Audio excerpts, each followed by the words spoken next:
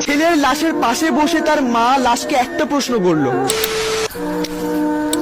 ছেলেটা দুটো চোখ লাল টসটস করছে, পানি খাচ্ছিল, পানিটা গলায় আটকে যাচ্ছিল, পানি গিলতে পারছিল না। মা ছেলের এই অবস্থা দেখে ছেলেকে জিজ্ঞেস করে, কি রে বাবা, তোর কি কোনো সমস্যা, ডিপ্রেশনে আছিস নাকি? মায়ের কথা শুনে ছেলেটা বলে, না মা, কোনো প্রবলেমের মধ্যে নেই, কোনো ডিপ্রেশনের মধ্যে নেই। আসলে কি হয়েছে, পিকনিক হচ্ছিল তো, তাই দুটো রাত জেগে অনেক আনন্দ করেছিলাম, এই জন্য চোখটা লাল হয়ে আছে। কিন্তু ছেলেটা তার মাকে কিভাবে বোঝাবে যে ছেলেটা প্রতিটা রাত মৃত্যুর সাথে লড়াই করছে? আসলে কি হয়েছে, ছেলেটা একটা মেয়েকে ভালোবাসে, আর খুব ভালোবাসে। মেয়েটাও ছেলেটাকে ভালোবাসে। ছেলেটা ভালোবাসার এমন পর্যায়ে চলে গেছে, সে তার ভালোবাসাকে নিয়ে অহংকার করা শুরু করে দিয়েছিল। ছেলেটা তার বন্ধু বান্ধব, আত্মীয় স্বজন, পাড়াপড়শি, বড় ভাই ব্রাদার সবার কাছে যে তার ভালোবাসার কথা বলতো, আর বলতো সে যে মেয়েটাকে ভালোবাসে সে মেয়েটা কখনো তাকে ছেড়ে যাবে না, কোনো দিনও তাকে ছেড়ে যাবে না। তারপর ছেলেটা যে মেয়েটাকে ভালোবাসতো, সে মেয়েটা মাঝে মাঝে মজা করে ছেলেকে বলতো, আচ্ছা আমাকে যদি কেউ কখনো স্পর্শ করে তাহলে তোমার কেমন লাগবে? ছেলেটা কোনো কথা চিন্তা না করে বলে ফেলতো, আমি মরে যাব।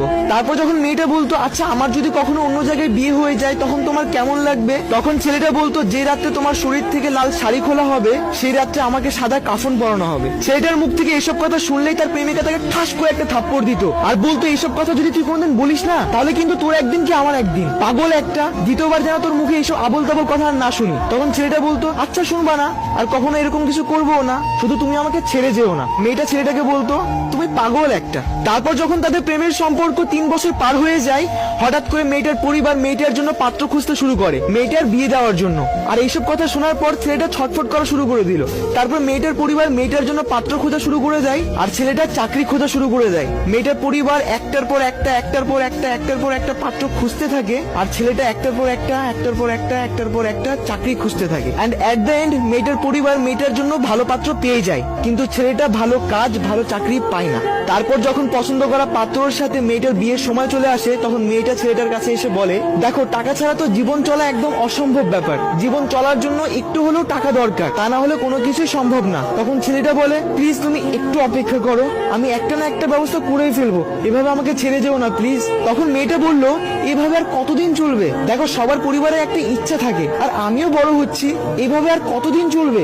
তখন ছেলেটা বারবার রিকোয়েস্ট করে কান্না করে বলল, প্লিজ ছেড়ে যেও না, একটা না একটা ব্যবস্থা করে ফেলবো, একটু অপেক্ষা করো, একটু ধৈর্য ধরো। কিন্তু মেয়েটা ধৈর্য ধরে না, তার পরিবারের পছন্দের পাত্রর সাথে বিয়েতে রাজি হয়ে যায়। তারপর বিয়ের ডেট তারিখ ঠিক হলো, বিয়ের দিন চলে আসলো। যে রাত্রে মেয়েটাকে হলুদ শাড়ি পরানো হয়, সেই রাত্রে ছেলেটা নানান রকম নেশা করতে ব্যস্ত। দেন বিয়ে করার পর মেয়েটা তার স্বামীর বাড়ি চলে যায়, আর সেই রাত্রে ছেলেটা ফেসবুকে একটা স্ট্যাটাস দেয়। স্ট্যাটাসটা হলো, অহংকার করে বলেছিলাম সে কখনো আমাকে ছেড়ে যাবে না, সময়ের ব্যবধানে বুঝলাম অহংকার পতনের মূল।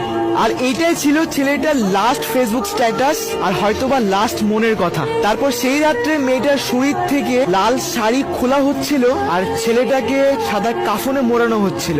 তার মানে ছেলেটা মরে গেছিল, সুসাইড করে ফেলেছিল। তারপর সকাল হয়, হাজারো মানুষের ভিড়, ছেলেটার লাশের পাশে বসে তার মা চিৎকার করে কান্না করছিল। আর ছেলেটার লাশের দিকে তাকিয়ে তার মা ছেলেটাকে একটা প্রশ্ন করলো, কি ছিল 3 বছরের ভালোবাসায় যে 22 বছরের ভালোবাসাকে ভুলে গেলি? তারপর হয়তো ছেলেটার পরকালের হিসাব শুরু হয়ে গেল। তার মা কান্না করছিল, আর যার জন্য মারা গেল সে তার হাজবেন্ডের জন্য হানিমুনে চলে গেল। বাহ, क्या बात है। যারা শুনছো তাদের সবাইকে বলছি, এগুলোকে ভালোবাসা না, এগুলোকে জিদ বলা হয়। So guys, if you like this video,